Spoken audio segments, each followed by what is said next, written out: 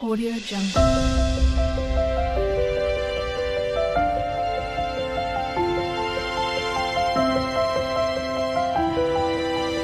Audio Jungle.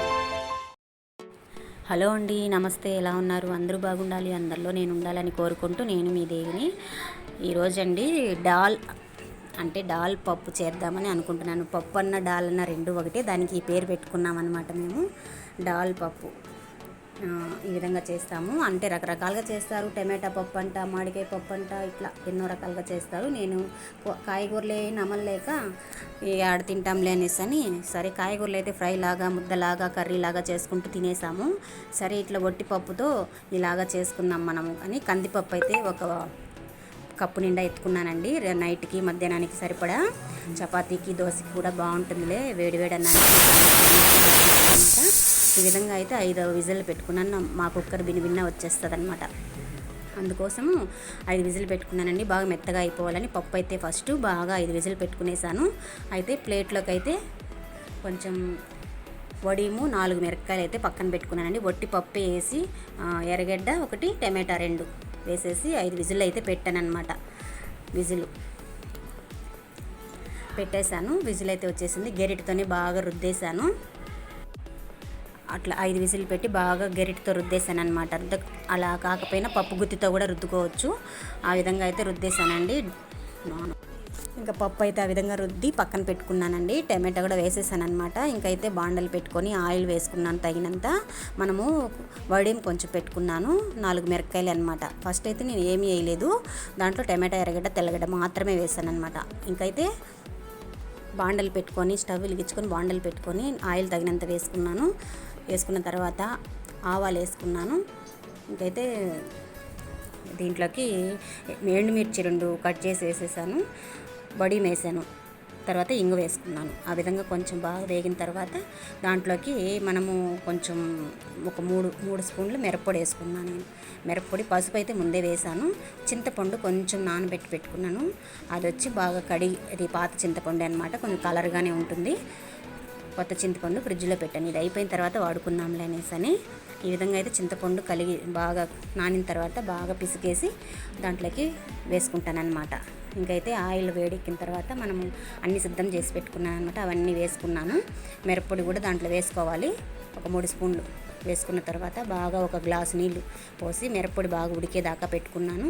ఉడికిన తర్వాత ఆ పప్పులోకి ఎత్తి వేసేసానండి. ఆ విధంగా వేసుకుంటే మనం వేసిన తర్వాత దాన్ని కొంచెంసేపు అయితే బాగా ఉడకనిచ్చాలి. పప్పులోకి కలవాలి కదా, దానివల్ల ఆ విధంగా అయితే దాంట్లో పోసుకొని పప్పులోకి బాగా కలవనిచ్చాను అనమాట, ఉడకనిచ్చాను. ఈ వంట ఏంది మాకు తెలియదా అనుకుంటారేమో. తెలియని వాళ్ళు ఎవరైనా మా అమ్మాయి అంత వయసు ఉన్న వాళ్ళు చూస్తారేమో, తెలుసుకుంటారని పెడుతున్నానండి ఈ వీడియో. అందరికీ తెలిసే ఉంటుంది. డాల్ చేయడం ఎలా అనేదని ఒక పేరు పెట్టి మనం చేస్తామన్నమాట. అన్ని వంటలకు మనుషులే పేరు పెట్టేది. కొత్తగా ఏం రావు. పాతకాలం నుంచి వస్తూనే ఉంటాయి. కానీ అప్పుడు తెలియక ఏదో పప్పులు కూరాకులు వేసి రుద్దుకుంటూ పెట్టేసుకుంటూ ఉంటారు. ఇప్పుడైతే కొత్త పేర్లు అయితే పెట్టేసామన్నమాట అందరూ వంటలకి. ఈ విధంగా అయితే మనము దీనికి డాల్ పప్పు వంట అనమాట. మా అత్తగారు అప్పుడప్పుడు చేస్తూ ఉంటారు. డాల్ చేసేసి కూరగాయలు లేకపోతే, కూరగాయలు ఏమీ లేనప్పుడైతే మేము ఇలాగ చేసుకుంటూ ఉంటాము. ఇంకా మా అవ్వ వాళ్ళ ఊర్లలో కూడా అంతే. మాది పీలేరు, రొంపిచెర్ల అనమాట. అక్కడ కూడా అంతే. ఈ విధంగా ఎప్పుడైనా మాకు గొర్రెలు అవి ఉండేటివి అనమాట. అప్పుడు పోయేటప్పుడు ఈ విధంగా చేసేసి సంగటి చేసి ఒట్టి కరవాడు, దెబ్బ కరవాడు ఉంటుంది కదా, ఆ కరవాడు నూనెలో వేసి వేయించేసి ఉప్పు కారం వేసుకొని తినేవాళ్ళం అనమాట. పప్పు చేసేసి ఈ మాదిరి డాల్ పప్పులాగా చేసేసి తినేది. కాయగూరలు ఏమీ లేకుండా ఆ విధంగా చేసుకునేవాళ్ళం. అదే విధంగానే చెప్తున్నానండి. ఈ విధంగా దీనికైతే కాంబినేషను వడియాలు, కరవాడైతే చాలా టేస్ట్గా సూపర్గా ఉంటుందండి. అందుకోసం చెప్తున్నాను అనమాట. ఎవరైనా ఈ విధంగా చేసుకోవచ్చని. కాకపోతే నాకు కరవాడు లేదులేండి, చేసుకోలేదు.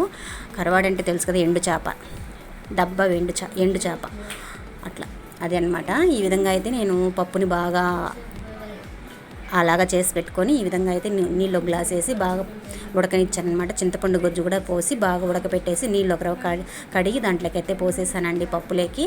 ఈ విధంగా పప్పు అయితే గెరిటితో బాగా రుద్దేశానండి. ఈ విధంగా ఈజీగా ఎవరైనా చేసుకోవచ్చు అనమాట. అందుకని పెట్టి చెప్తున్నాను. మా అమ్మాయి వయసు ఉన్న వాళ్ళు ఎవరైనా పిల్లలు చూస్తారు కదా, అంటే 12 వయసు 13 వయసు పిల్లలు అయితే చెయ్యొచ్చు అని నేను చూపిస్తున్నానండి. ఈ విధంగా ఉన్న పాత్రలో కూడా కొంచెం ఒక గ్లాస్ నీళ్ళు పోసి బాగా కలిపేసి దాంట్లో వేసేసాను. అలా వేసుకున్నాం వేస్ట్ కాకుండా మనకు బాగుంటుందన్నమాట పప్పు. చిక్కగా ఉంటే వాళ్ళకి కావాలనుకునే వాళ్ళు అలాగే పెట్టుకునేచ్చు. చిక్కగా కూడా వద్దు, కొంచెం పలచగా కావాలనుకుని మాకు పలచగా ఉంటేనే మేలు అనమాట. ఎందుకంటే నైట్కి చపాతీ, దోశ, ఇడ్లీ అట్టయితే సరిపోతుంది. గట్టిగా చేసేసామనుకోండి మళ్ళీ నైట్కి ఎత్తుక్కుంటూ ఉండాలి నేను ఏం చేయాలా అనేసి అని, అందుకోసం అనమాట ఆ విధంగా చేశాను. అందుకోసం అనమాట ఎక్కువ నీళ్ళు పోసేస్తే రసం అయిపోతుంది, సాంబార్ అయిపోతుంది నీళ్ళుగా. అలా వేయకండి, ఒక మీడియం అన్నం కలుపుకునేటట్టు చేసుకోవాలి, మీడియం చిక్కదనంగా. ఆ విధంగా అయితే కొంచెంసేపు ఉడకనిచ్చాను. దాంట్లోకి అంతే తగినంత ఉప్పు వేసుకున్నానండి. ఆ విధంగా నాకు 4 గిర్రెలు పైనుంచి 2 ఇంచుల గిర్రెకి వేసేస్తే నాకు ఆ కుక్కర్ కరెక్ట్గా కొలత అనమాట. రాళ్ళు పైన సాల్ట్ అయినా ఆ విధంగా వేసుకుంటాను. నేను విజిల్ పెట్టలేదు, మళ్ళీ మూత అదే పెట్టి ఉడకనిచ్చానండి. అట్లా అంతే కొంచెంసేపు ఉడకనిచ్చిన తర్వాత ఆపేసాను. ఇదైతే వేడి అన్నంలోకి కరవాడు వేసుకుంటే చాలా టేస్ట్గా బాగుంటుందండి. దాల్ పప్పు రెడీ అయిపోయినట్టే. ఇంతేనండి, ఈజీగా ప్రాసెస్. ఎవరైనా చూసిన వాళ్ళు తెలుసుకుంటారు కదా అని చెప్పి పెడుతున్నానండి. ఈ నా వీడియో నచ్చినట్టయితే ఒక లైక్ చేయండి, షేర్ చేయండి, సబ్స్క్రైబ్ చేసుకోండి. అంతా అయిన తర్వాత కొద్దిగా పచ్చి కరివేపాకు అయితే వేసాను కడిగేసి. అంతేనండి, రెడీ అయిపోయినట్టే అనమాట. ఈ విధంగా అయితే పప్పు దాల్ చేశానండి. ఇది మనకు బాగుంటుంది, ఒకసారి అయితే మీరు ట్రై చేయండి. మా పిల్లలైతే వేడి అన్నంలో వడియాలు పెట్టుకొని తిన్నారండి. చాలా బాగుందని టేస్ట్గా అని చెప్పారనమాట. పిల్లలకు స్కూల్కి సప్పగా కూడా ఉంటుంది, మీరు చేసి పెట్టచ్చు.